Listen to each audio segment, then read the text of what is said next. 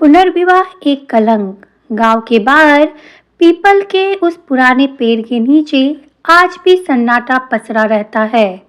यही वह जगह थी जहां रमेश अक्सर शाम को बैठकर बीड़ी पीता था और अपने सपनों के बारे में अपनी पत्नी सावित्री से बातें करता था।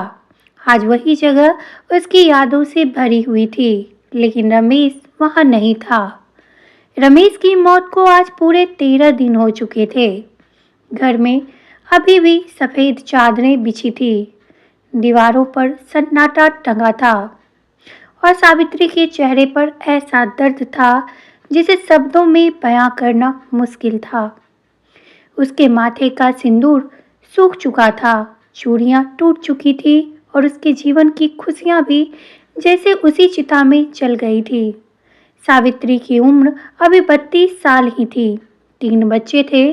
बड़ा बेटा मोहन 10 साल का, बीच वाली बेटी राधा 7 साल की और सबसे छोटा बेटा गुड्डू, जो अभी माँ की गोद से उतरना भी नहीं जानता था।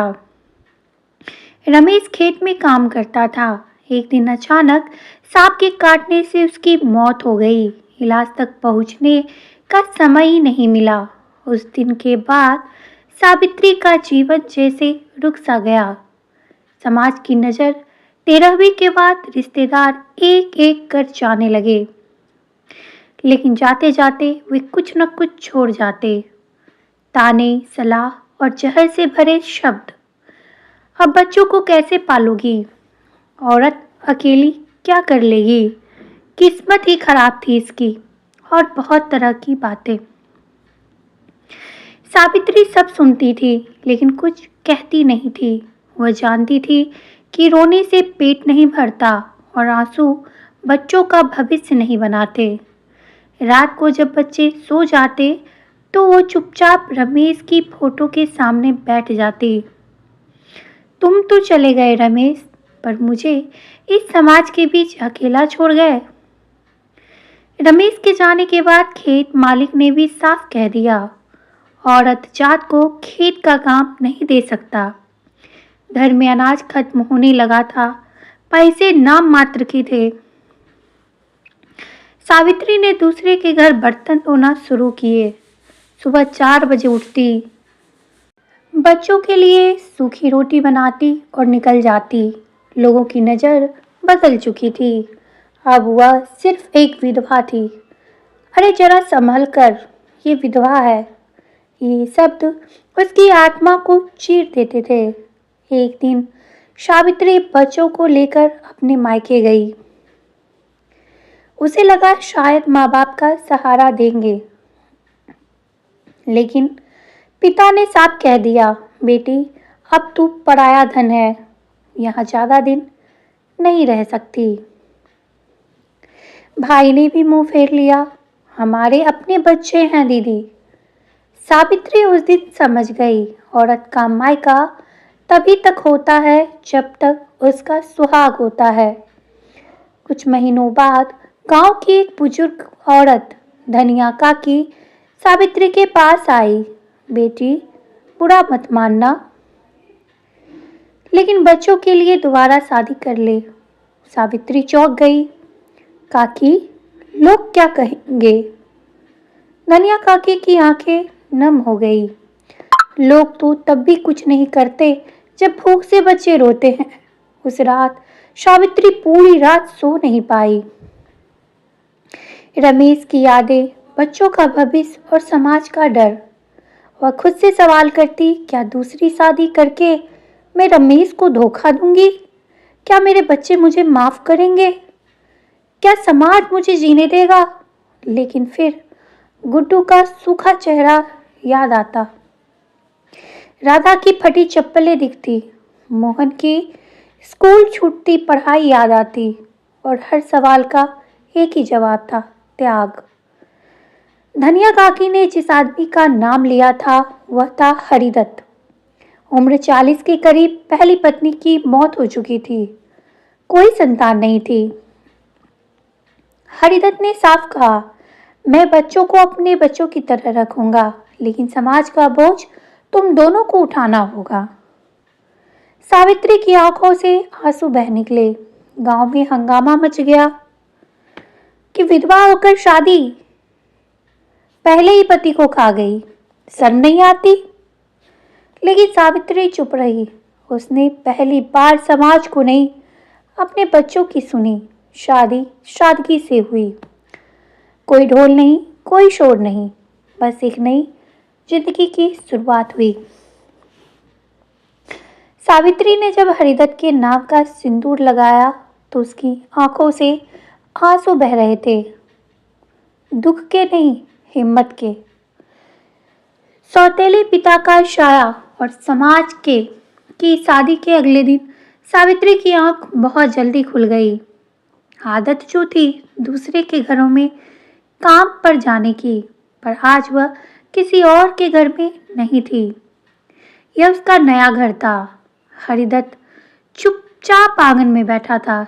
चेहरे पे कोई खुशी नहीं, कोई दुख नहीं, बस एक गंभीर जिम्मेदारी। सावित्री ने झिझकते हुए कहा, मैं चाय बना लाती हूँ। हरिदत्त ने सिर हिला दिया। मोहन, राधा और गुड्डू एक कोने में दुबके बैठे थे। तीनों की आंखों में डर था। मोहन मन ही मन सोच रहा था, अब ये आदमी हमें मारेगा तो नहीं। राधा ने धीरे से माँ का पल्लू पकड़ लिया। गुड्डू तो हरिदत्त को देखते ही रो पड़ा। सावित्री का कलेजा मुंह को आ गया। वह जानती थी दूसरी शादी सिर्फ उसका नहीं, बच्चों का भी इम्तिहान है। हरिदत्त ने चाय पीते हुए मोहन से पूछा, पढ़ाई करते हो? मोहन ने डरते डरते सिर हिलाया। आज से स्कूल जाओगे? मैं फीस भर दूंगा। मोहन को यकीन नहीं हुआ। राधा की आंखें चमक उठी। सावित्री की पलकों से आंसू गिर पड़े। गांव की जहर भरी हवा, लेकिन घर के बाहर सब कुछ ठीक नहीं था। पड़ोस की औरतें कानाफूसी करती, देखा कितनी जल्दी रंग चढ़ गया, अब बच्चों को भूल जाएगी, नया मर्द जो मिल गया तो पुराने को कौन याद रखता है। हर शब्द सावित्री के सीने में तीर बनकर चुभता। हरिदत्त भी सब सुनता था, लेकिन वह चुप रहता। एक दिन गुड्डू बीमार पड़ गया, तेज बुखार था। सावित्री घबरा गई, पैसे नहीं थे। हरिदत्त बिना कुछ कहे गुड्डी को गोद में उठाकर शहर ले गया। डॉक्टर की फीस दी, दवाइयाँ ली, रात भर गुड्डू के सिरहाने बैठा रहा। सावित्री दूर से सब देखती रही। उस रात उसने पहली बार मन ही मन कहा, रमेश, अगर तुम होते तो शायद इतना ही करते। लेकिन हर कहानी में सब आसान नहीं होता।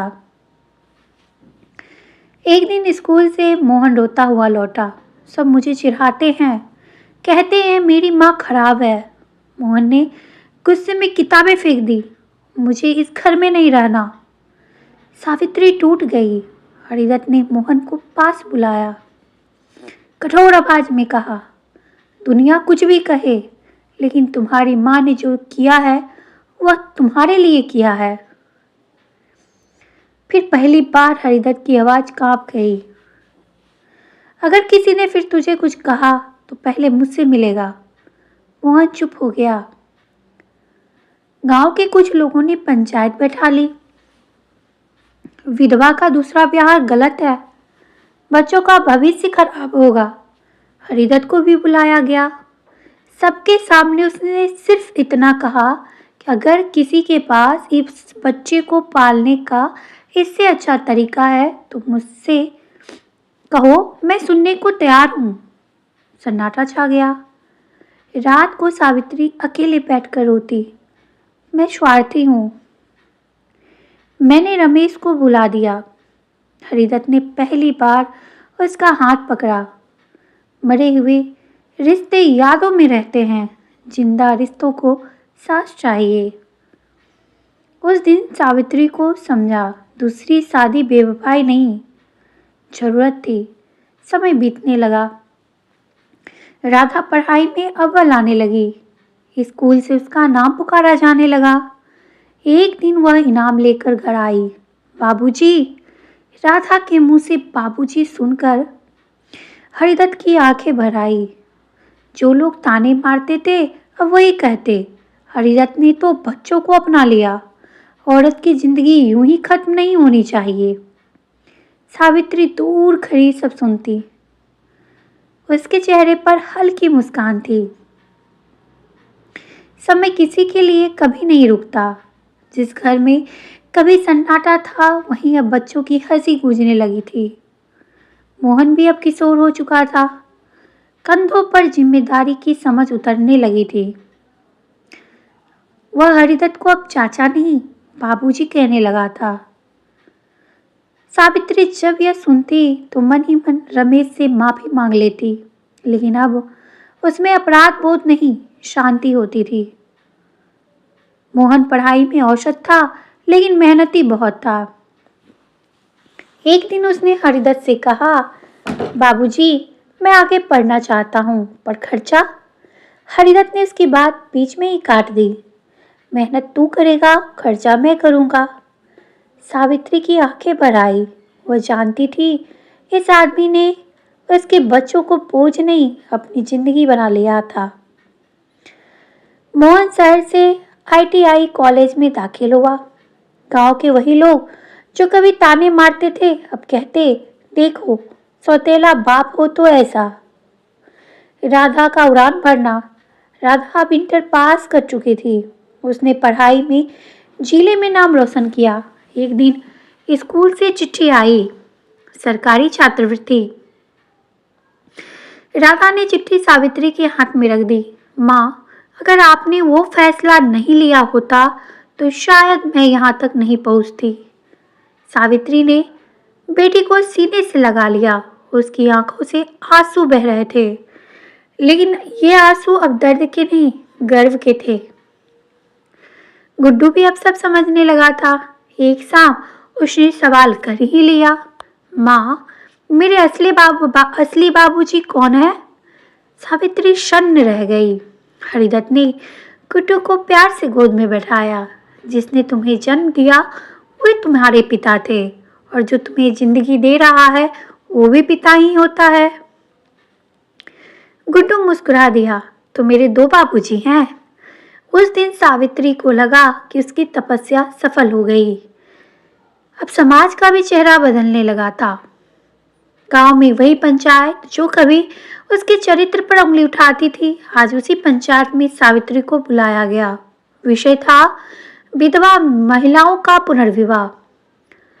गांव के मुखिया ने कहा, सावित्री बहन ने समाज को आईना दिखाया है।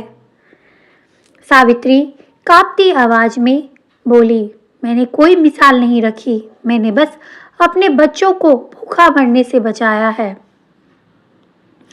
पूरा आंगन तालियों से गूंज उठा। जिंदगी ने आखिरी इम्तिहान भी ले ही लिया।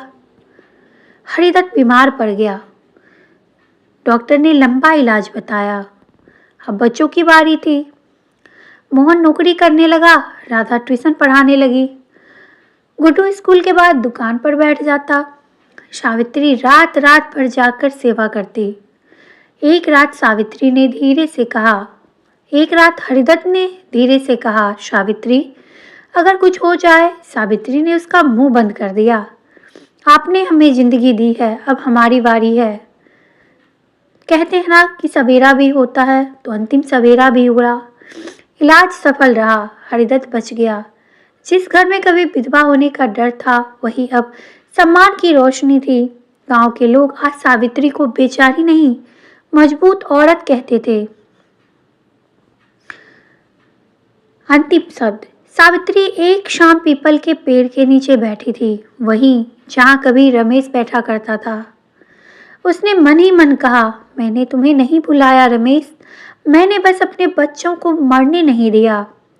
हवा हल्की सी चली, पीपल के पत्ते सरसराए, जैसे ऊपर से कोई आशीर्वाद मिल रहा हो। दोस्तों, इस कहानी से हमें क्या सीख मिलती है?